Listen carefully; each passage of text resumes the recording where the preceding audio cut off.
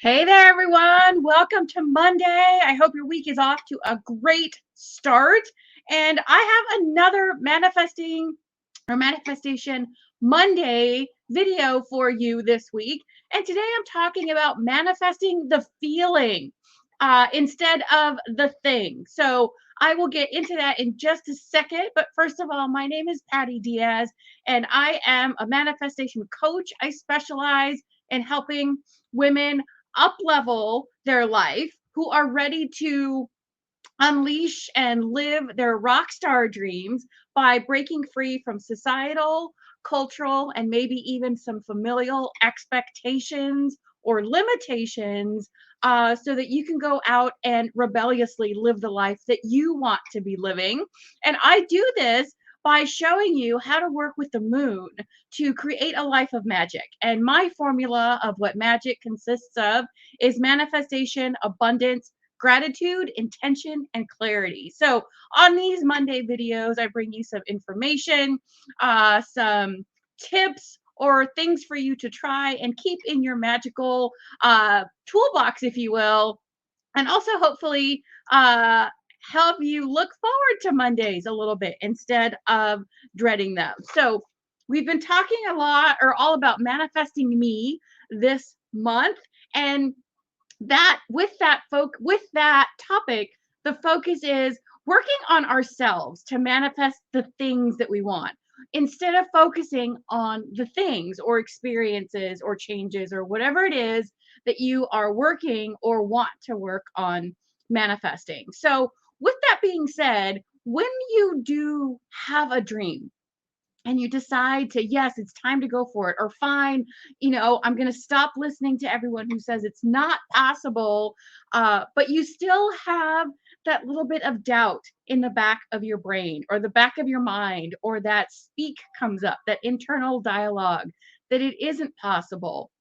Don't beat yourself up for that.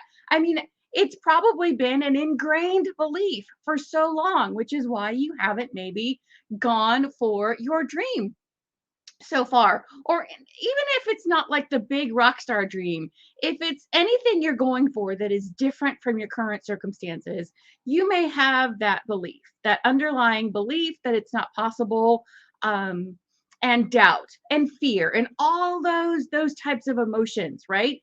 So what I want to give you today is, instead of focusing so much on the thing, for example, leaving a job for your own business, or getting a job that you feel is not possible for you, or the house, whatever it is that you're working on manifesting or want to go for, but it feels too far away.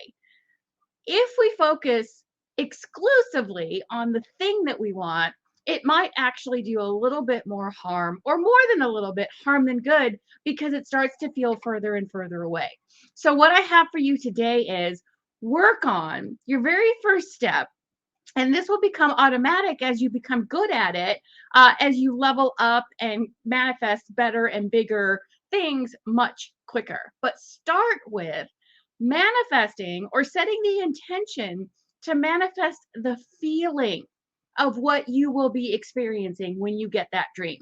Because focusing on manifesting the feeling and maintaining that and learning how to get back to that as your default or as your center, or focusing on that when you do set intentions or do your manifesting activities or visualize anything at all. So let's just say freedom, because a lot of people can relate to wanting some type of freedom or up leveling that desire from current circumstances: financial freedom, time freedom, freedom to do the things that you want, freedom to speak your mind, freedom to disagree with people if that doesn't come naturally to you, freedom to be your authentic self. So, with manifesting me being the topic, we'll go with freedom. So, if the financial freedom or the time freedom just feels very far away, how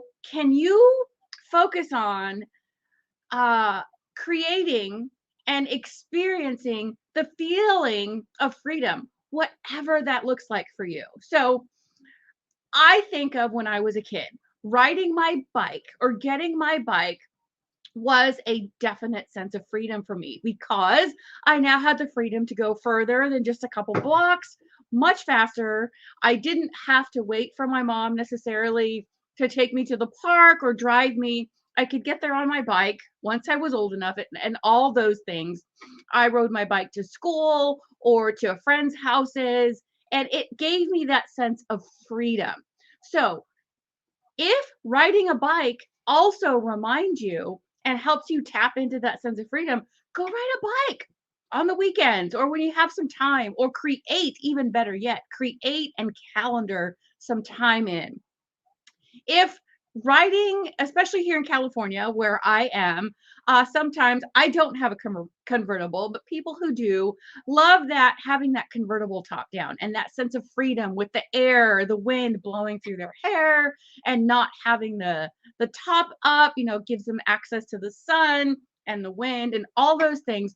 If that makes you feel free, then do those things. So find things that you can do or that you can visualize or imagine, or any ways that help you feel that feeling. And the reason that this is key is because feeling the feeling is really how we manifest. That gets the uh, attraction juices flowing, if you will. It will attract more things to support that feeling of freedom. Because think about it in the reverse. When you feel sad or frustrated or anything on that lower vibration end, doesn't it seem like just more of that piles on? Doesn't it seem like you see other things or hear other people, or people try to cheer you up, but they hang around in your energy? They tend to kind of go on those lower vibration feelings as well, that misery loves company type of thing. So find the things that will help you manifest and experience the feeling of what it will feel like, or what you think it will feel like to have your thing.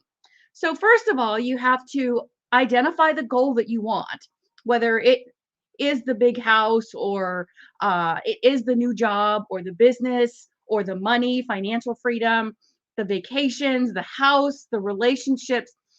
So identify that. And then ask yourself or journal on, what will that feel like?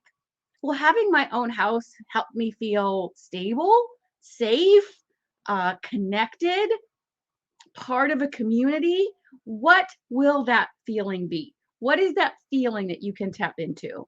And then focus on feeling it as often as you can, even if it's for a moment at a time. Just take notice of it. And the more that you become aware of it, the more that you practice and intentionally do things that feed that feeling, you will start to attract the people that will help you get there, or the opportunities, the doors will open, or the next step to take, or a step to take. These things will attract themselves to you because you're focused and living and experiencing the feeling. And that's what sends out those attraction vibes, if you will. So get out of your head, because we tend to want to think it through and know all the steps, and get into feeling. Now that could be in your stomach, that could be in your heart, that could be in your body where you feel the tingling or the heat or whatever it is that represents that for you. And let me know what feeling you are manifesting and ways that you can step into it and live it and experience it more often, because this will also strengthen it. So manifest the feeling. Now, for this week's card, it might seem a little contrary, but of course, it's always perfect. I do pull a card every week and give you some a question or something to, excuse me, to possibly think on or journal on or keep an eye out for, that type of thing throughout the week. And this month, I have been using the Good Tarot deck by Colette Baron Reed. Beautiful imagery. And the card that I pulled for this week is the Tower. Now, a lot of people dread the Tower, or they think it's one of those bad cards. It's not a bad card. There are no bad cards, but our perception of it might be one of negative, because the tower, especially in the traditional Rider Waite, there's like all this catastrophe going on, all this chaos and upheaval. Here in California, I think a lot of us think of like earthquakes, up upheaving, is that a word? Upheaving everything. But the thing is, when the tower shows up, it's either pointing us to be mindful of, or to be expecting. I don't want to say expecting, but be aware of the possibility that things might change quickly. Their things might feel like they're falling apart or falling down around us and all this chaos.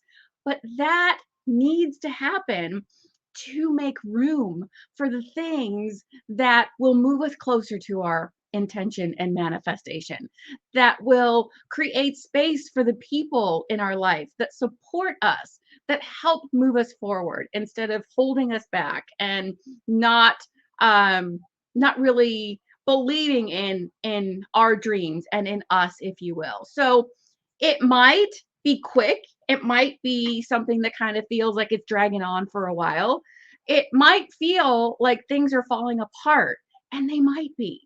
But always, if you can fall back to the affirmation or the belief that things are always working out for me, there is a reason for this. Especially in these moments where we decide to go for our dream, that when we start to really on purpose feel those emotions, stuff unlike itself will come up. The doubt, the people that are uncomfortable with us following our dream. We have to get rid of old beliefs and old ways of thinking to make room for new ones and give them the space once we start doing it, to give them the space to take root and grow and expand and become our new way of thinking. And this is a process that will happen repeatedly at different times throughout our life and to different levels and extent. So hopefully this helped you to realize that the tower is not a bad card. It is simply part of our life experience. And so the questions, the coaching questions, if you will, that I have for you with the tower card are, first of all, if something is already feeling like it's falling apart, what how does the thing or the things, the people that are falling away, how do they not contribute towards my life? How do they not align? And the follow-up question is, what could this change? What could this falling away be making room for? What good might I attract by having these things fall away?